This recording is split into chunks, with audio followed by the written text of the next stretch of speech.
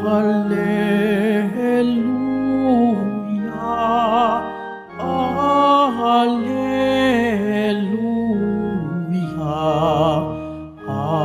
Alleluia,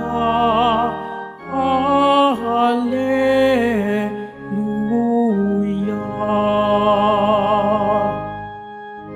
Sangakaugat ni Jese, tagaakay na ang marami. Halina't tubusin kami. Alleluia,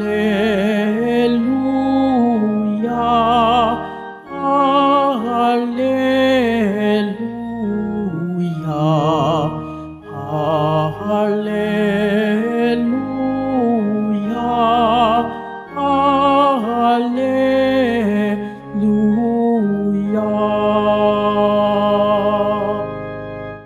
Sumainyo ang Panginoon. At sumaiyo rin. Ang mabuting balita ng Panginoon ayon kay San Lucas. Papuri sa iyo, Panginoon.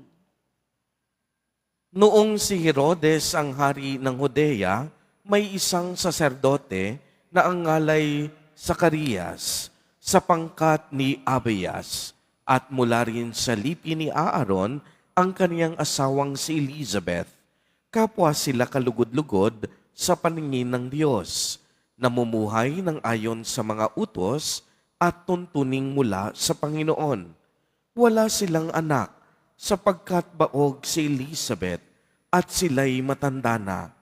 Ang pangkat ni Zacarias ang nanunungkulan noon at siya'y naglilingkod sa harapan ng Diyos bilang saserdote.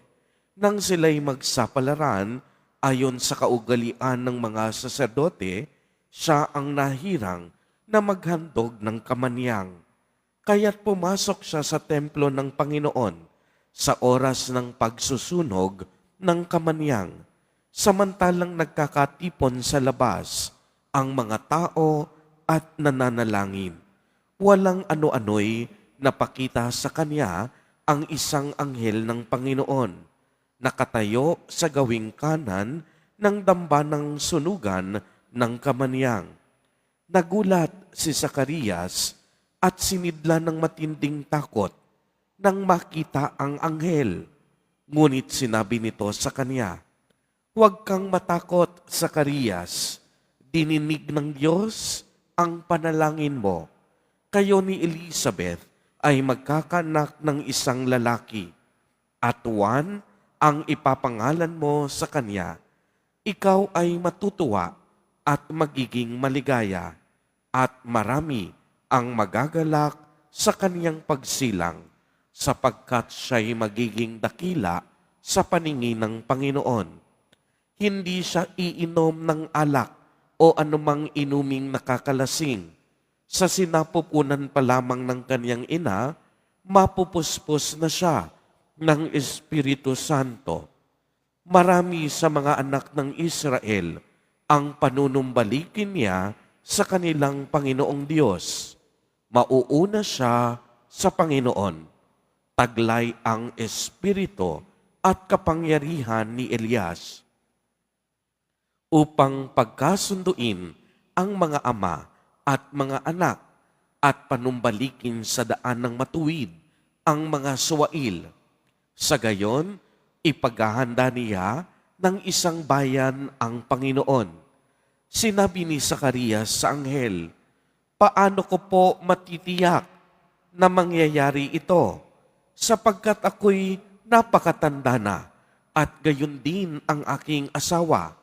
Sumagot ang anghel, "Ako si Gabriel na naglilingkod sa harapan ng Diyos.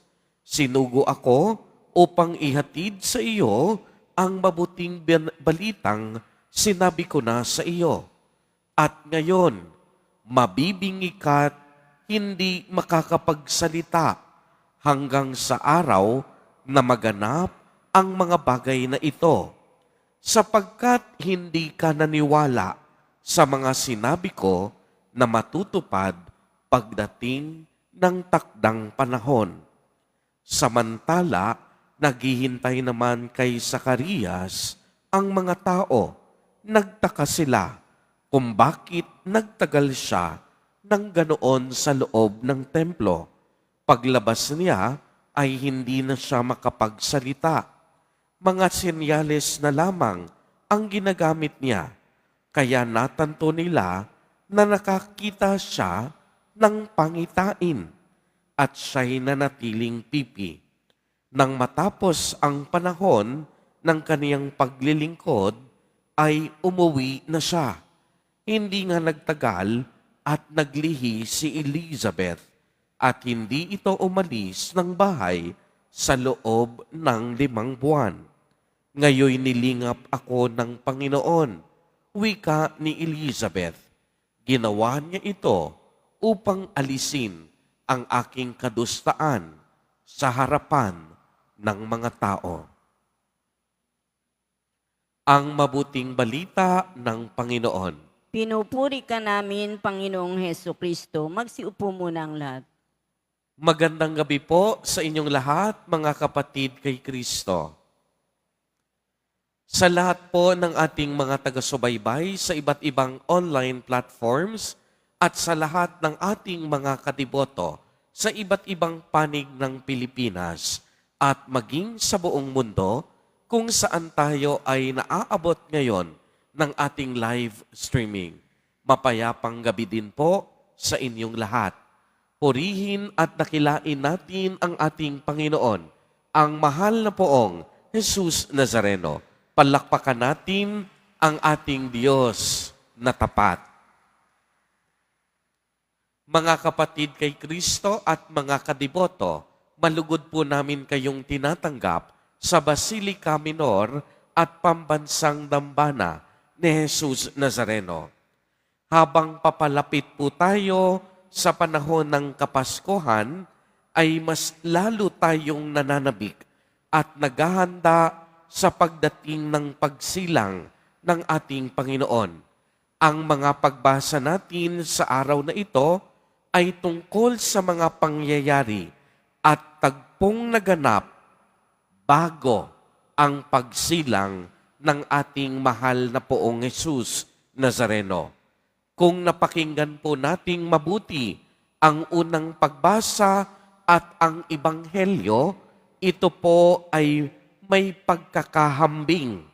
Narinig natin mula sa aklat ng mga hukom na noong araw na iyon, si Manoah na mula sa lipi ni Dan ay mayroong asawa na hindi magkaanak. Sa atin naman pong Ebanghelyo, ang asawa ni Zacarias na si Elizabeth hindi rin magkaanak. Ang kanilang mga asawang babae ay kapwa baog. At alam po ninyo, sa kanilang kultura, kapag ang isang babae ay baog, ito ay itinuturing na disgrasya. At kung disgrasya, ibig sabihin walang kwenta at walang silbi. Subalit, ang itinuturing na disgrasya ng mundo ay naging isang malaking grasya nang magpakita sa kanilang panaginip ang anghel ng Panginoon.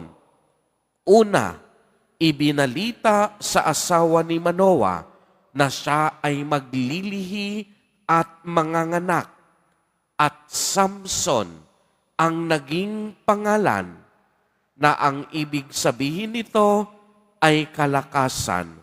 Si Samson na naging anak nila ay kilala sa kanyang matinding lakas at dahil sa kanya, ang bayan ng Israel ay nakalaya mula sa mga Filistia.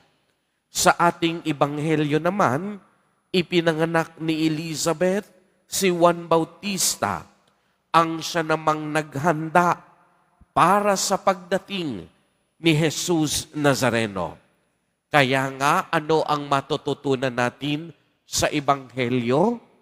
Ang inaakalang imposible ay naging posible sa Panginoon basta may pusong handang makinig at sumunod sa kalooban ng Diyos. Mga kapatid kay Kristo, marami pong pangyayari sa ating buhay na ang akala natin wala ng solusyon. Maraming pagkakataon na agad-agad tayong sumusuko.